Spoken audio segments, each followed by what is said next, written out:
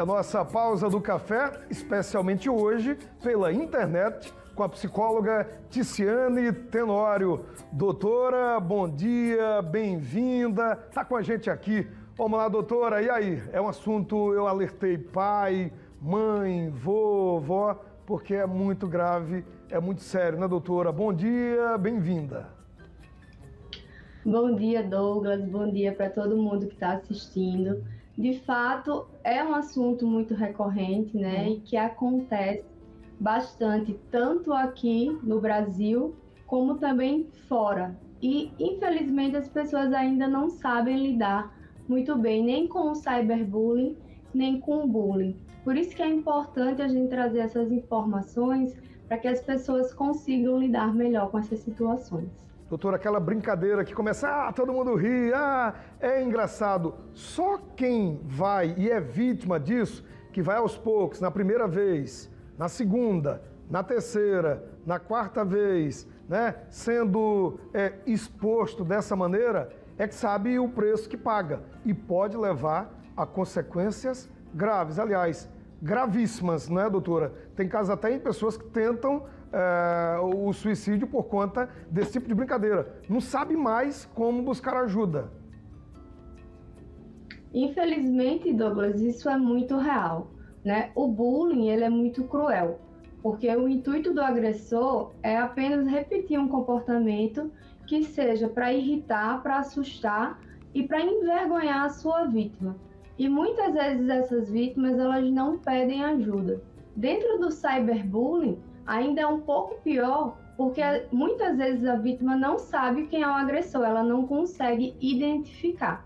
E aí, por conta disso, essa vítima pode ter, sim, alguns tipos de comportamentos alterados, como, por exemplo, o padrão do sono, né? Pode ficar sem conseguir dormir, ou um sono agitado, pode começar a comer muito, ou a parar de comer, inclusive, né? Comer pouco. E pode ter até questões físicas envolvidas, como dor de estômago, dores de cabeça, náuseas. E o mais preocupante são realmente os sintomas psicológicos, porque aí a gente pode estar falando de algo mais grave, como uma depressão ou um quadro de ansiedade. E eu estava vendo, né, quando estava me preparando para entrevistar a senhora, a diferença do bullying, né, feito na brincadeira, na escola, na saída da aula, quando você vai a algum local, você pode fugir daquela vítima, né? Pode fugir. E na internet você não tem como fugir.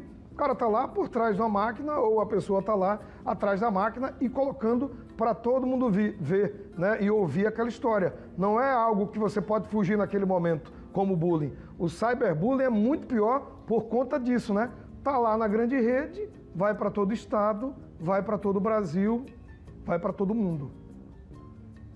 Isso. A diferença do cyberbullying para o bullying é porque dentro das redes, né, dentro da tecnologia, é difícil você identificar quem é o agressor e ganha uma repercussão muito grande, né? Inclusive, casos até que viralizam, como foi esse recente no Rio de Janeiro, né, que os meninos pegaram fotos de algumas meninas e adulteraram através da inteligência artificial e colocaram elas sem roupa em poses sensuais. Então, o cyberbullying consegue ser ainda mais cruel.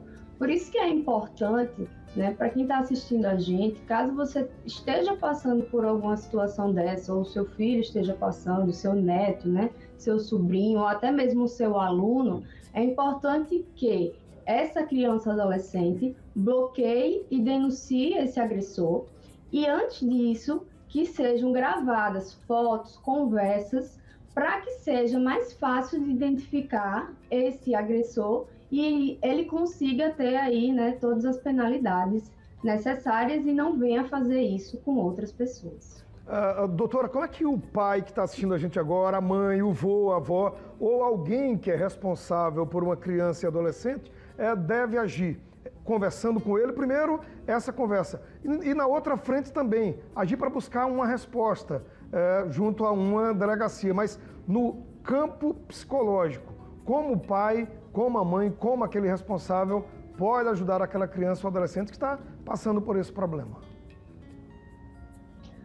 O papel dos pais, Douglas, é fundamental nesse processo. né? É importante que esses pais eles façam a conferência do tipo de material que essa criança ou adolescente está consumindo na internet e, inclusive, o que eles compartilham, né? É importante que os pais orientem o que é perigoso dentro da internet e até onde essa criança ou adolescente pode ir, né? É importante que se dê limites em relação ao uso da tecnologia, né? E em relação à parte emocional, esses pais têm que servir como suporte, né? Eles têm que estar ali conversando com esse filho, perguntando o que é que ele gosta, o que é que ele faz, o que é que ele acessa na internet, acessar junto com ele, ver o jogo que ele está tendo acesso, ver se ele está tendo acesso à conversa com outras pessoas, né? Para que a gente possa combater tanto o cyberbullying como o bullying, né? Então, a conversa, o espaço aberto ainda é a melhor alternativa